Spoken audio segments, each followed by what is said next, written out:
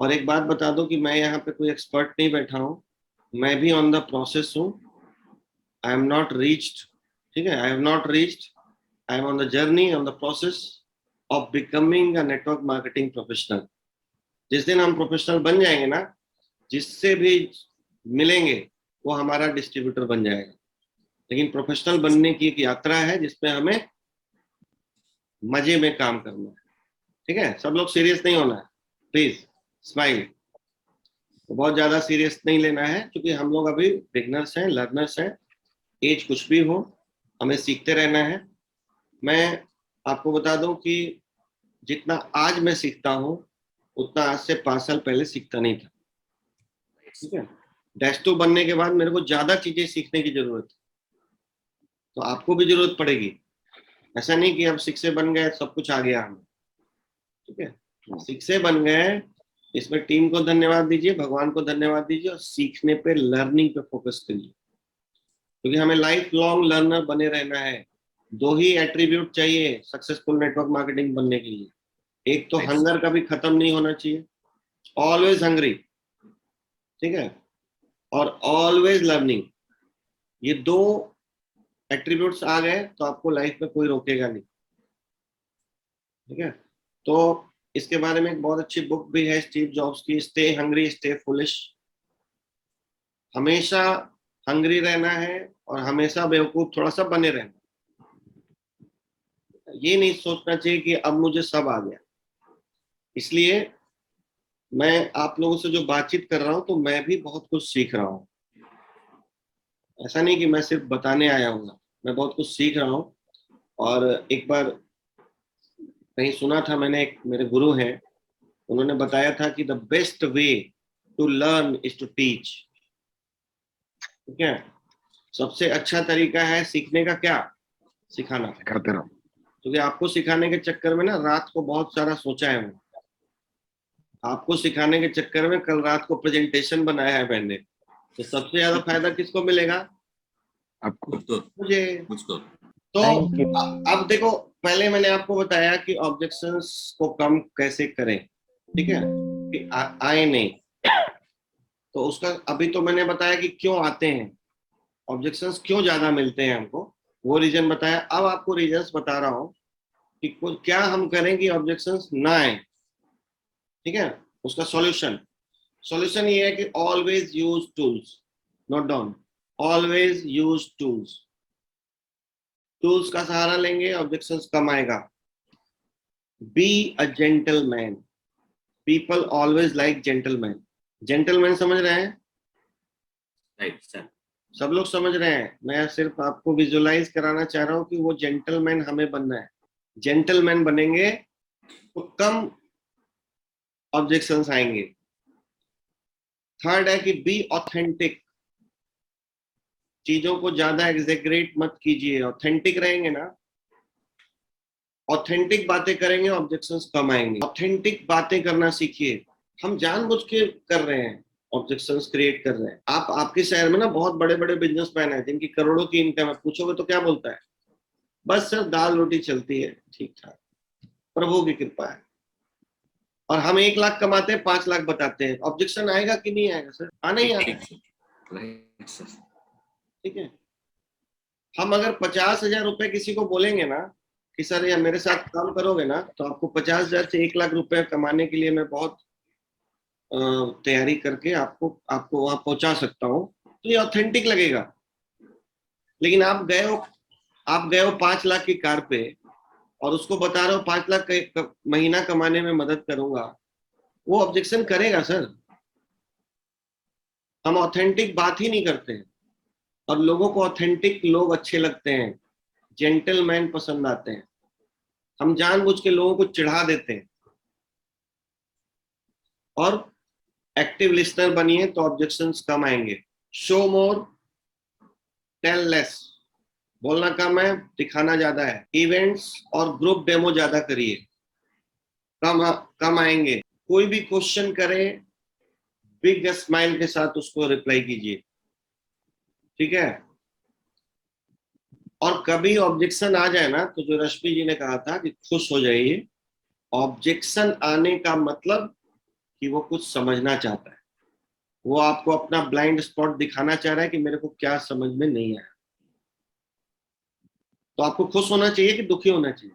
लोग दुखी हो जाते हैं, मैंने देखा है, जैसे कोई क्वेश्चन करता है या ऑफेंड हो जाते हैं, लड़ाई की मुद्रा में आ जाते हैं। जैसे ही क्वेश्चन आया खुश हो जाना है। देखिए सबसे खतरनाक आपका वो प्रोस्पेक्ट है जो कुछ नहीं बोलता है।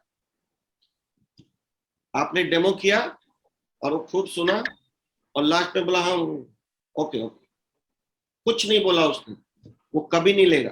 तो ऑब्जेक्शन इज गुड थिंग, इस बात को याद रखिए।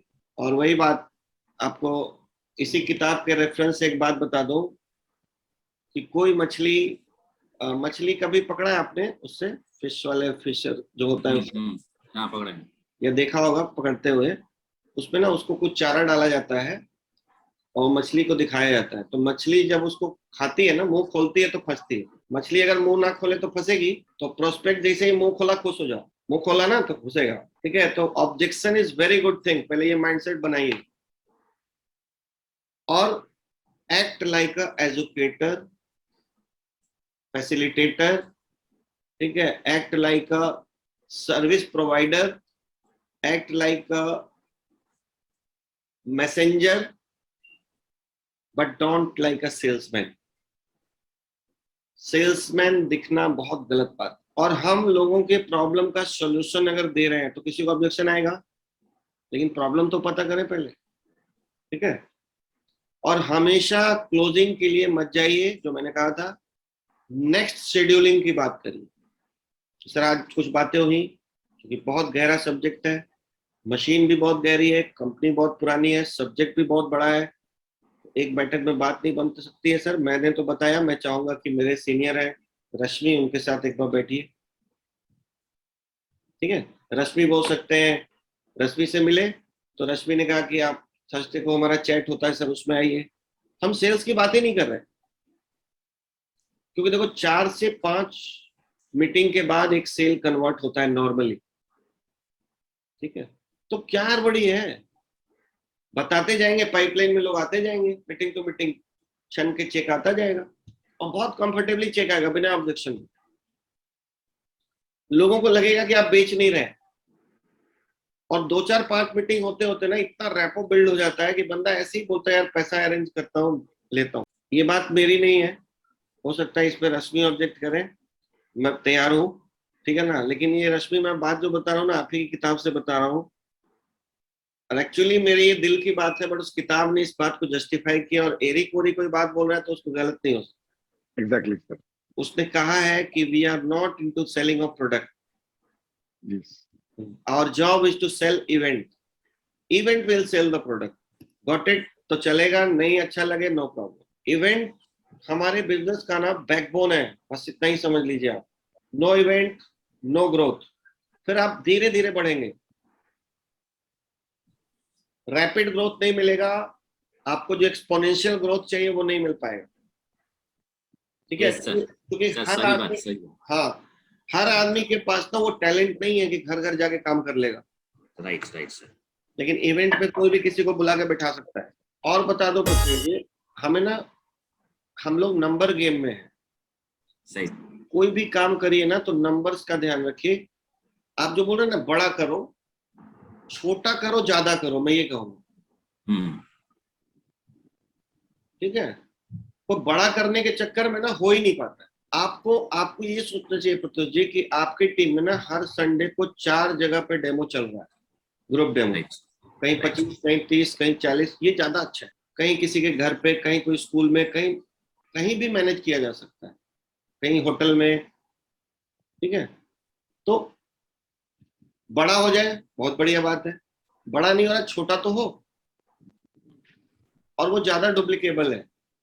आपने किसी का मशीन लगाया, जिस दिन मशीन लग रही है उसी दिन उसको बोल सकते हो ना कि आप 20 लोगों को बुलाइए, मैं आपके यहाँ प्रेजेंटेशन दूंगा, वो बुला देगा।